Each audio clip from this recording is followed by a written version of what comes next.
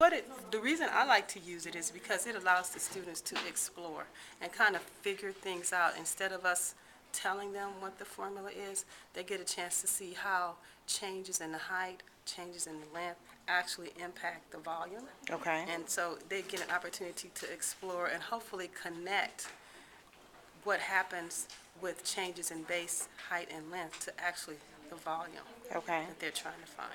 So I like it because it's more exploration. Okay. How Instead of easy me is telling, it for the students to access it and actually get in there and play around with it? it's fairly easy.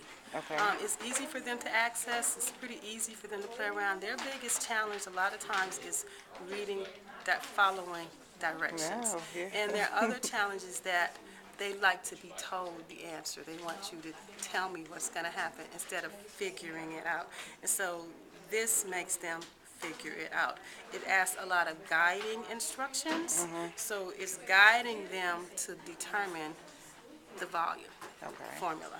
It guides them to figure it out, a lot of probing and directive questioning. How frequently do you use gizmos?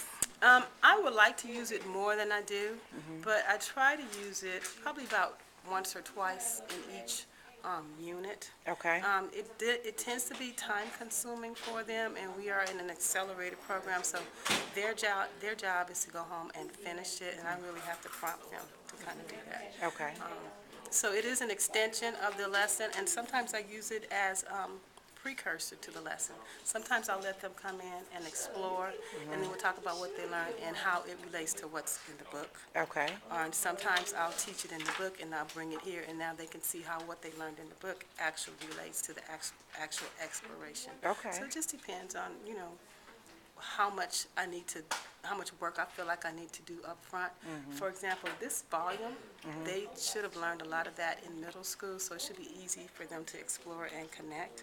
But with some of my other classes, like polynomials and zeros, they're a little more challenged with that, so I use the gizmo on the back end Gotcha. instead of the front end. Okay. Because they can kind of start having more aha moments when they use it that way. Okay. All right. Thank you, Okay. Ms. Jones. You are welcome.